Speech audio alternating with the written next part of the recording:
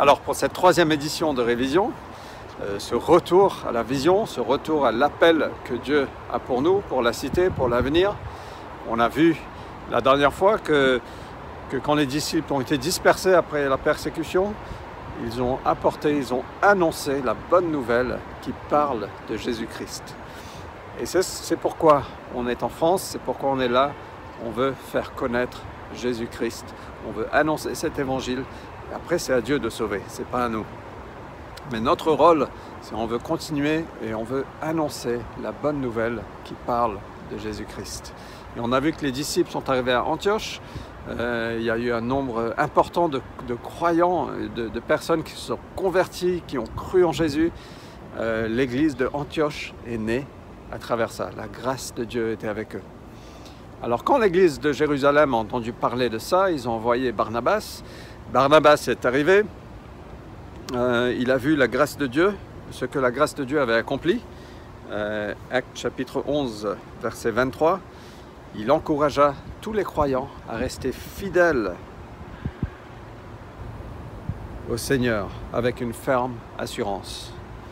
Barnabas était en effet un homme bienveillant, rempli d'Esprit Saint et de foi, et un grand nombre de personnes s'attachèrent au Seigneur. On a vu que Barnabas est parti chercher Saul, l'apôtre Paul, à Tarse. Ils passèrent toute une année à travailler ensemble dans l'église et enseignèrent beaucoup de gens. C'est à Antioche que pour la première fois, les disciples furent appelés chrétiens, ce qui veut dire des mini-Christ. Ce qu'on voit là, on voit l'encouragement de rester fidèle au Seigneur avec une ferme assurance. Et un grand nombre de personnes s'attachèrent au Seigneur, se dévouaient au Seigneur, grandissaient en maturité, grandissaient dans leur foi, grandissaient dans leur cheminement, dans l'appel que Dieu avait pour eux, dans l'assurance qu'ils avaient. Ils étaient enracinés dans la parole, dans les bonnes doctrines. Et c'est la deuxième chose qu'on veut voir. On veut voir des gens grandir, on veut voir des fondations posées, on veut voir les gens, chacun avoir une ferme assurance, rester fidèle au Seigneur, s'attacher au Seigneur, marcher dans tous les destins que le Seigneur a pour toi, pour moi et pour nous. Et lié à ça, au fait, dans 2 Timothée, chapitre 2, Paul dit à Timothée, l'enseignement que tu as reçu de moi. Et on veut être une église qui a une bonne doctrine, on veut être solide dans notre foi. On ne veut pas être ceux qui sont baladés par-ci, par-là, par tous les vents de doctrine qui viennent, tous les vents de croyance. On ne veut pas être une église qui est mobilisée par l'émotion. On veut vraiment être une église solide, enracinée dans la parole de Dieu. L'enseignement que tu as reçu de moi et que de nombreux témoins ont confirmé, transmets-le à des personnes dignes de confiance qui seront capables à leur tour d'en instruire d'autres.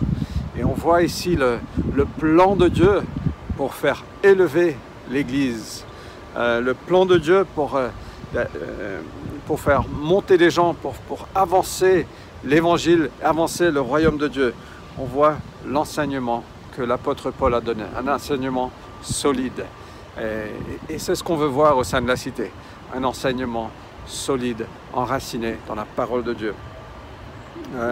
Mais on voit aussi que Paul a transmis cela à Timothée. Et il dit à Timothée, transmets-le à des personnes dignes de confiance. Et c'est ce qu'on veut faire. On veut transmettre ce message, on veut transmettre ces valeurs, ces enseignements aux personnes dignes de confiance qui seront capables à leur tour d'en instruire d'autres. On voit 4 générations ici. On voit Paul, on voit Timothée, on voit ceux qu'il va instruire et ceux qui, à leur tour, vont instruire d'autres. Et donc on veut voir des gens élevés, s'attacher au Seigneur, rester fidèles pour que l'Église puisse persister une fois qu'on sera parti. Et c'est le plan de Dieu pour nous. Voilà. J'espère que ça vous plaît, j'espère que ça vous amène un peu de clarté et j'espère qu'ensemble, on y arrivera à atteindre cette vision. À bientôt.